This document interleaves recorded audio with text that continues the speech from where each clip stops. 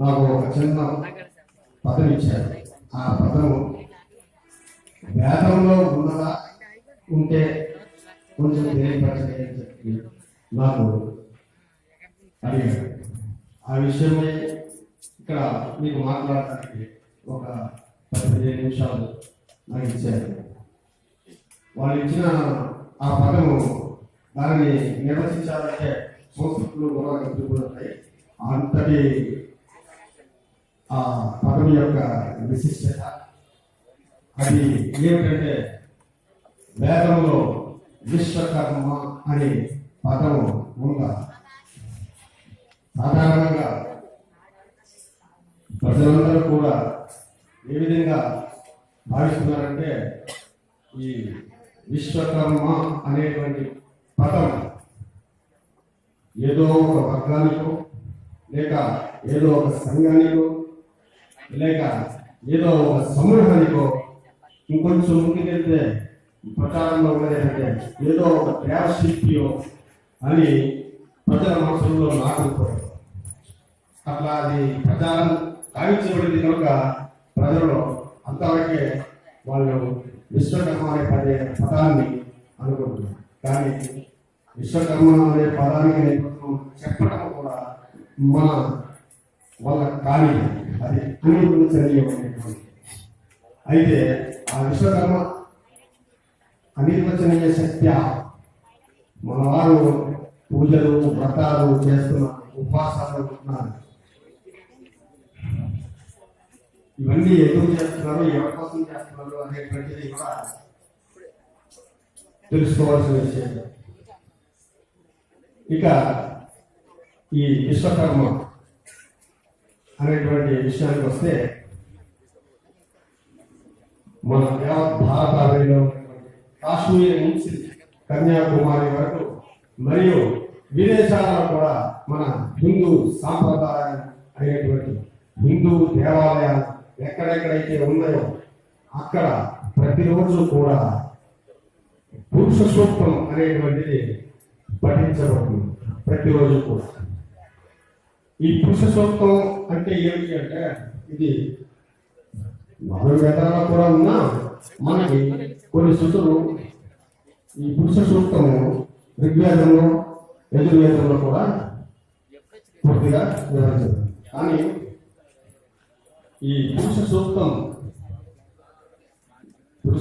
మన పండితులు వేదానికి పట్టుకోమా అని వర్ణిస్తుంటారు. కానీ నేను చెప్పేది ఏంటంటే ఒక వృక్షం శాఖోపశాఖలుగా విస్తరించుందంటే ఆ వృక్షానికి ముఖ్యమైనటువంటి కాండం ఏదైతే ఉందో దానితో పోలిస్తే ఈ వేద వృక్షం అనేటువంటి దానికి ఆ ముఖ్యమైనటువంటి కాండమే పురుష సూక్తం. ఈ పురుష సూక్తము ఋగ్వేద దశమంలో కూడా మనకి 72 పాదంలో కూడా వేదమాత వర్ణించున్నది అది తెలుసుకోగలరు, చూడగలరు. ఈ దీనిని పూర్వార్థ పురుష సూక్తం, పూర్వార్థ భాగం అంటారు. ఇందులో పురుషుని యొక్క సాధారణ వర్ణన జరిగింది. అలాగే సృష్టి ఏ క్రమం జరిగింది, ఎక్కడి నుంచి జరిగింది అనేటువంటిది ఈ ఋగ్వేద పురుష సూక్తంలో మనకు 72 పాదములుగా చెప్పబడింది. ఇకపోతే ఋగ్వేదంలో కూడా ఈ పూర్వార్థమును కలుపుకొని మరో 27 పాదములు మనకి పురుష సూక్తంలో చెప్పబడింది. అది ఈ ఋగ్వేదంలో ఏ పురుషుని ఎటువంటి వర్ణించారో ఆ పురుషుడు ఎక్కడి నుంచి ఉద్భవించాడు అనేటువంటిది మనకి యజుర్వేదంలో పూర్తిగా ఉంటుంది. కనుక అది సంపూర్ణ పురుష సూక్తం అని చెప్పబడింది. ఈ పురుష సూక్తమే భారతదేశము మన భారతదేశంలో కూడా హిందూ దేవాలయంలో ప్రతిదినం ఇది పఠించబడుతుంది. ఇప్పుడు పురుష సూక్తం ఏం చెప్పబడింది అని చెప్తే ఈ విశ్వమే ఒక పురుషుడు అని. ఆ పురుషునికి వేల ఇక్కడ నేను శ్లోకాలు చదవడానికి రాలేదండి. కేవలం నేను కొంచెం విశ్వకర్మ అనే పదాల కోసం వచ్చే నేను, అందుకే నేనంతా తెలుగులోనే మాట్లాడుతున్నాను. ఇదంతా నేను చెప్పింది ప్రతి ఒక్కటి కూడా వేద ప్రమాణము, మీకు ఎటువంటి అందులో ఆలోచన అవసరం లేదు.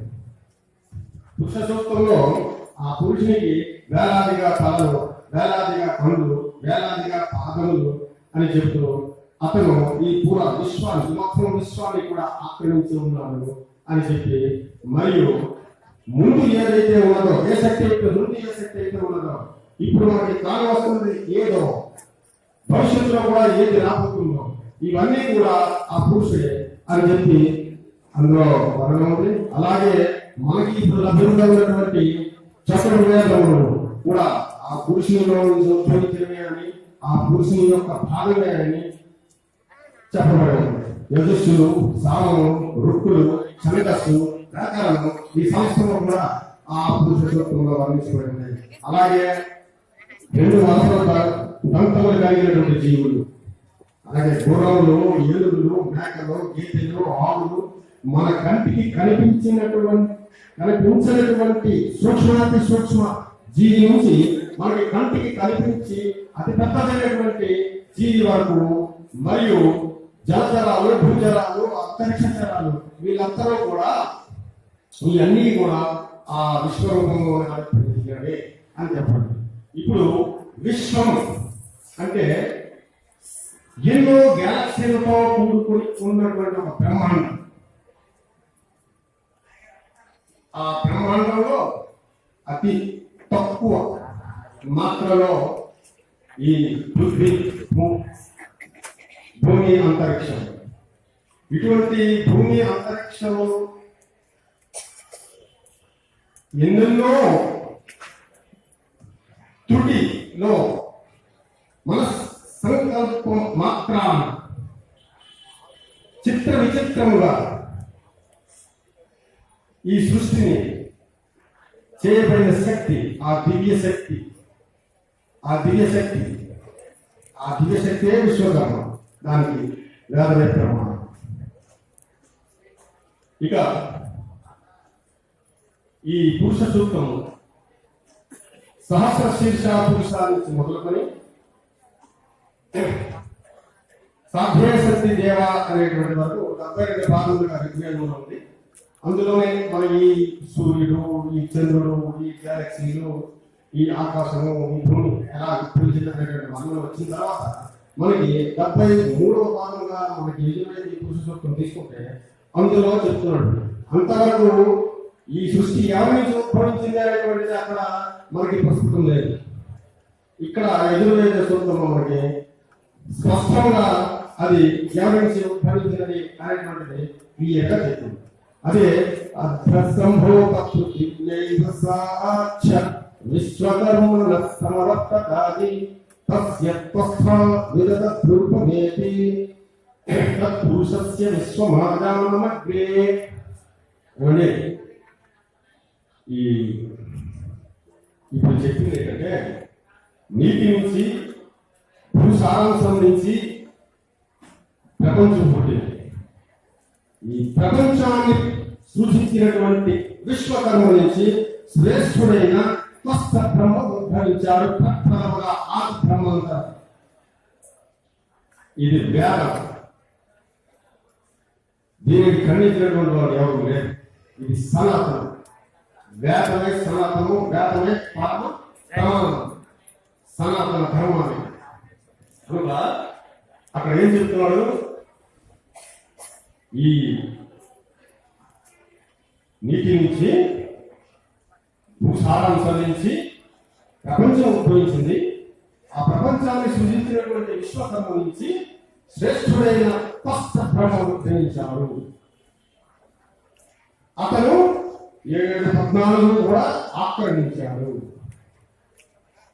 ఏ విశ్వకర్మ నుంచి ఉద్భవించాడో ఆ పరమాత్మ విశ్వకర్మ ఆ ఆది బ్రహ్మని చక్కగా రూపుదిద్ది మరలా అందులోనే ప్రవేశించాడు. ఇక్కడ కొంచెం ఆలోచిస్తే మీకు అర్థమవుతుంది. అంటే ఈ విశ్వాన్నే విశ్వరూపంగా చెప్తున్నాం. విశ్వరూపం అంటే స్వస్థ బ్రహ్మ వేదం చెప్తున్నది. ఇక్కడ అతను సృష్టించి అందులోనే ప్రవేశించాడు అని చెప్పడానికి దాని అర్థం ఏంటంటే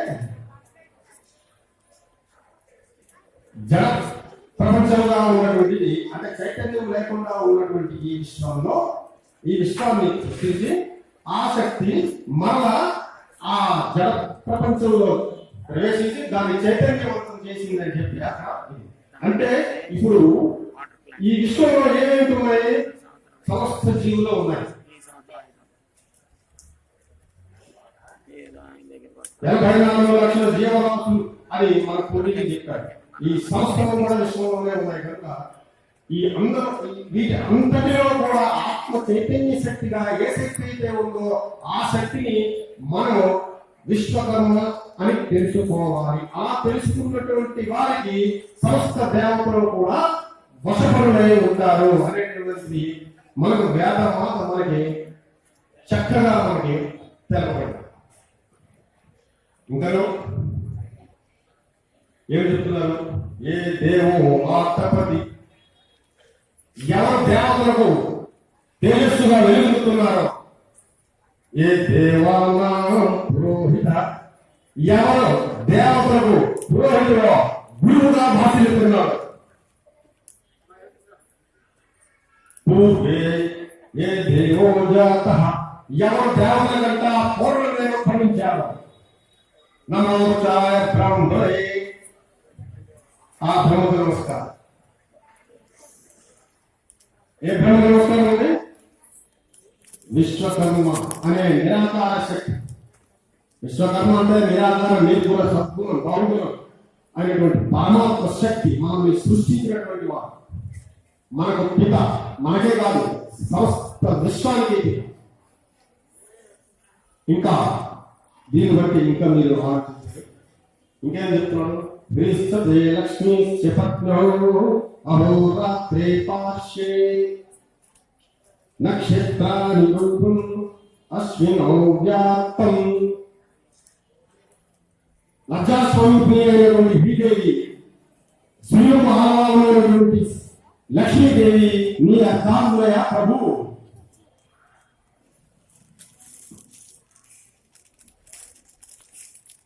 నక్షత్రాలు నీ రూపము, అశ్విని దేవతలు నీ వికసిత వదలు అని చెబుతూ ఈ విశ్వకర్మ పురుష సూక్తము సమర్పించడం. మన శ్లోకాలు, సూక్తాలు, మంత్రాలు ఏనాటి నుంచో చదువుతున్నారు, ఏనాటి నుంచో వింటున్నారు. వాటి అర్థాలు తెలుసుకుంటే మనకి బహు చక్కగా ఆధ్యాత్మికంలో మనకి ముందుకు పోవడానికి మనకి మంచి ఆస్కారం ఉంది. ఏదో ఎవరో చెప్తారు, మనం ఉదయం లేచాము, స్నానం చేసి ఇంత అగరబత్తులు అరిగించి వెళ్ళిపోతున్నాం మన పక్కన. ఆధ్యాత్మిక విషయం తెలుసుకోవాలి. ఆధ్యాత్మ అంటే ఏంటండి? ఆధ్యాత్మ అందరూ చెప్తున్నారు. ఆధ్యాత్మిక కార్యక్రమం ఇక్కడ ఏం జరుగుతున్నాయి? ఆధ్యాత్మిక కార్యక్రమం జరుగుతుంది. ఆధ్యాత్మిక కార్యక్రమం, ఆధ్యాత్మ అంటే అర్థమేంటి? ఆధ్యాత్మ అంటే పూజలు చేయడము, యజ్ఞాలు చేయడము, భజనలు చేయడము, ఇవనుకుంటున్నారా? శుద్ధ తప్పు. ఆధ్యాత్మ అంటే అధ్యయనం, ఆత్మ, ఆత్మని అధ్యయనం చేయాలి. ఆ ఆత్మని అధ్యయనం చేయాలి అంటే ఇవన్నీ కూడా మనకి అవసరం. ఇక్కడే మనకి ఆ ఆత్మని అధ్యయనం ఎలా చేయాలో ఇక్కడే పండితులు, ఇక్కడే గురువులు దొరుకుతారు కనుక ఇవన్నీ కూడా వాటి ఉపాదాలు.